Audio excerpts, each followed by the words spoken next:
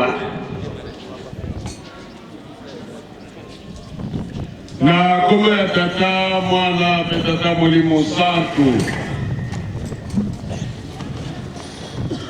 Toyaki Yerusalemi.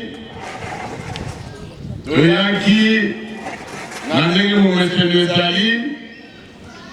Na mukuma tata Mukonjabula fete biso. Le 24 décembre. Édition Oyotoye, ezali édition moko spéciale. Yangwana, lokola tuataki mingi,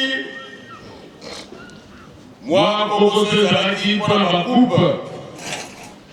Awa, tozali na ndamba bakupe, plus bafleur.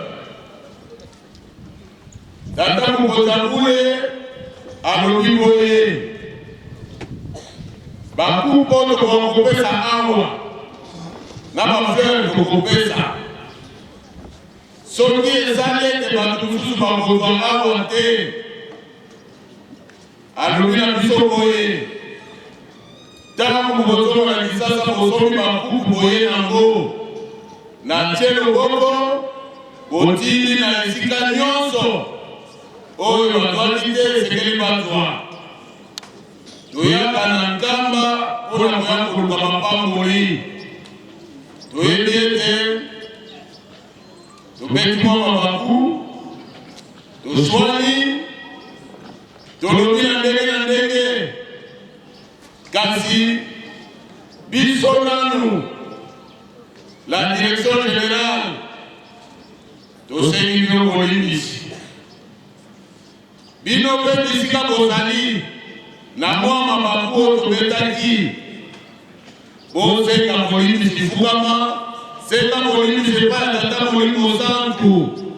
Pamba te toyaka nkamba, ndenge tozi koloba, mpona koya koluka mapamboli, mpona koya koluka nguya oyo tokosala na mikolo ezali koya. Ezali mpona makambo mosusu te. Donc, précision towana kopesa yango wana.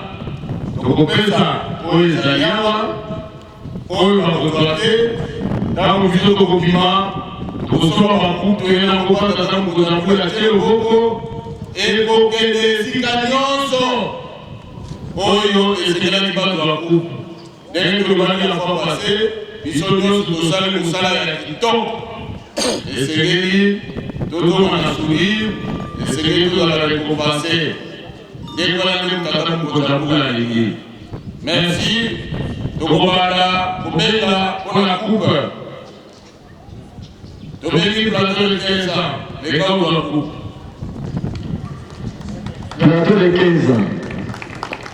Tobengi Bakongo.